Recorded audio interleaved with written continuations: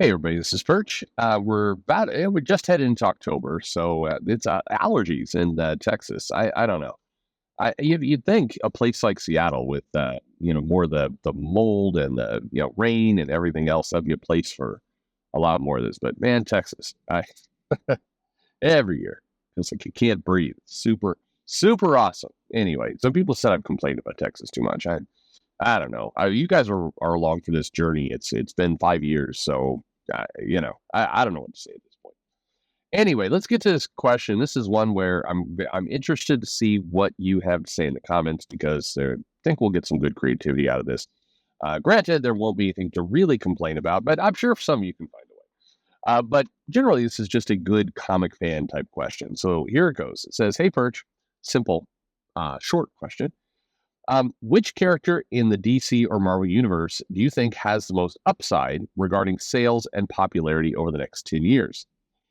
What kind of stories would help what kind of stories would help elevate that character? What would you do if you were able to create the plan for the character moving forward?"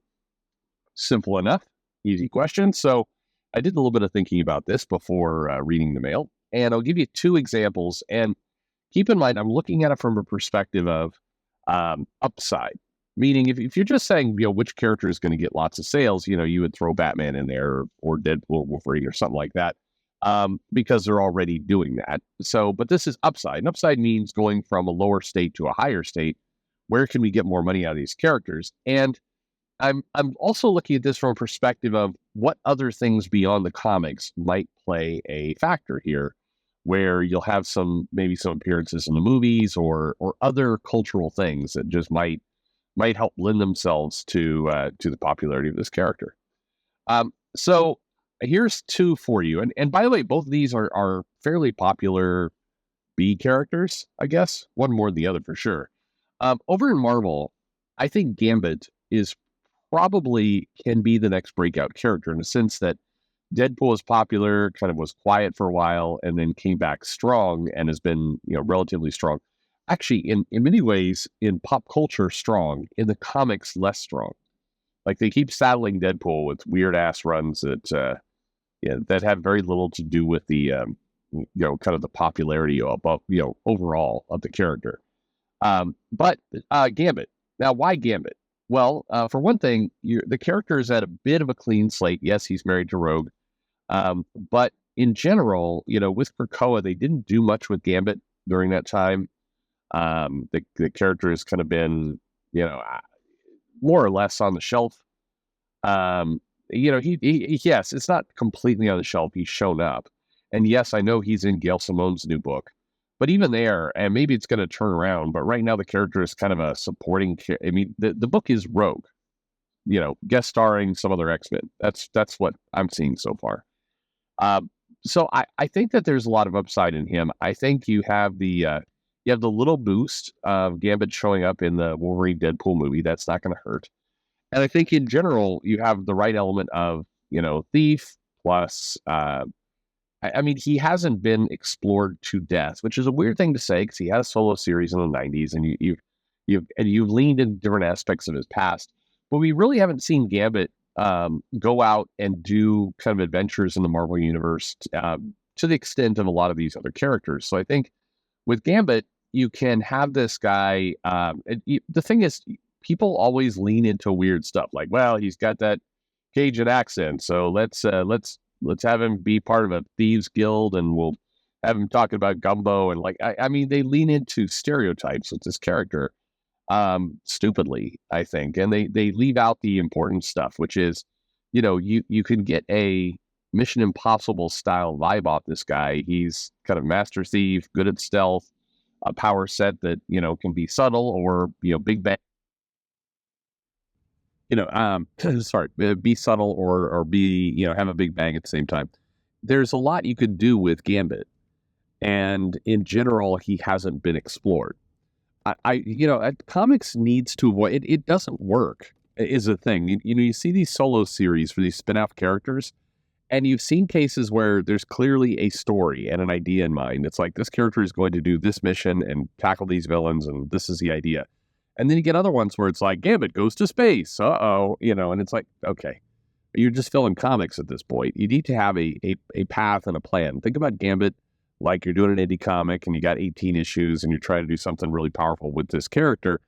And I think that would work. So I would have him on some level of, deep stealth. You could take advantage of current events. You're like, Doctor Doom is trying to strengthen his hold on the Marvel Universe now that he's got Sorcerer Supreme power. And so there's mystical artifacts that are, hanging out there. And Gambit needs to go and find them quicker. You do a little bit of a Bloodstone hunt type thing.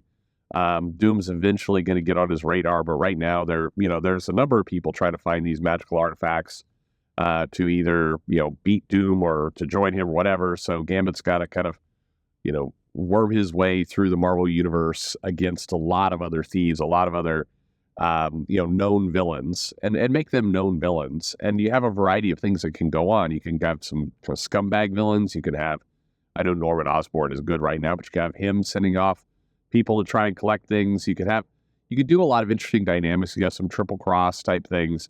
So you could play into a little bit of what people have done with Gambit before and get an Ocean's 11 type vibe, but I wouldn't do it as a jokey heist. I'd do it as more of a serious mission. Like, let the guy do something kind of desperate. I would look at those Mission Impossible movies as a bit of an inspiration of the kind of feel and tone that you want to have.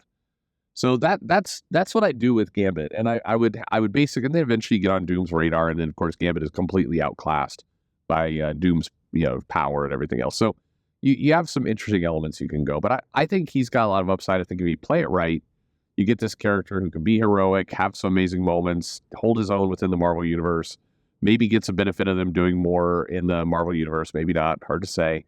But and more or less, you got, a character that can be drawn, fairly cool with his costume or with his in just regular clothes. I don't mean naked.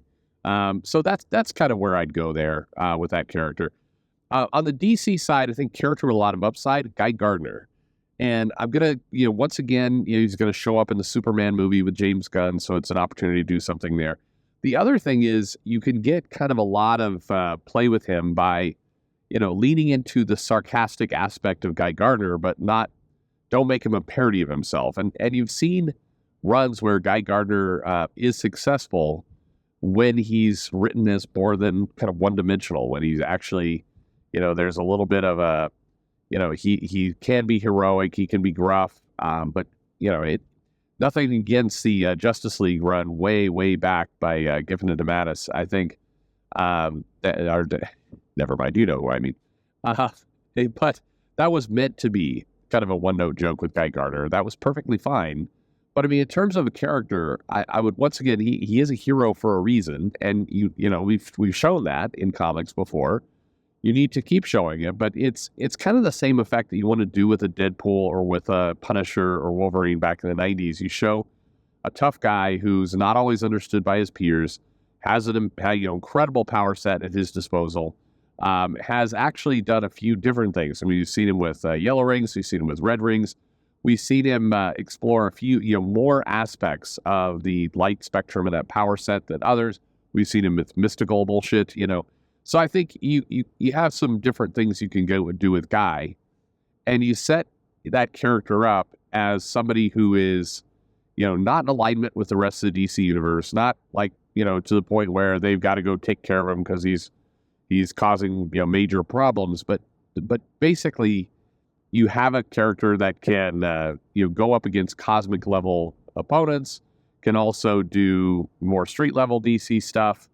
In some cases, I mean, obviously can kind of whip out the ring and just annihilate them, but, is arrogant enough to get himself into situations where he might, overextend and cause himself some trouble. So I think that Guy Gardner is one that you could create some decent upside, particularly with a little boost he's going to get with a movie.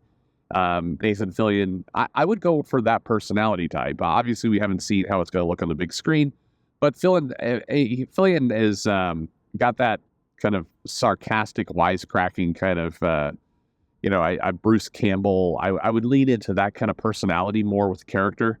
Somebody who's a little gruff, and I think that you could get a pretty major cult following for that character, like you could with Gambit. So those would be the two I would throw out there as characters that you could do a lot of, have a lot of upside. Um, I don't know. I mean, I was trying to think of women characters as well, for something kind of, to balance that off as well. I still think Donna Troy, you could probably do some pretty interesting things with her. Yara Flor, for sure. Well, I mean, they nuked that character completely. You had tons of upside there, and you blew it. I don't know. They've tried with characters like Raven a lot.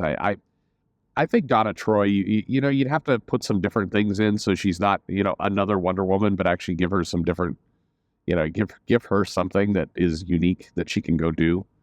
Over in the Marvel universe, the Marvel the publisher has kind of ruined several of their women characters because they push them very quickly. I mean, the obvious answer of somebody you could do something with is Storm, who they've been threatening to do stuff with, and they do little solo titles, but they immediately give Storm the dumbest ass adventures. I mean, she's over in the Avengers now, and they've got her kind of preening like, I am a goddess. And it's like, if you look at when Storm was most popular, it was when she was more street tough, in many cases didn't have her powers, and there was just kind of I don't know, you were getting unique things out of that character. So they keep blowing that one up.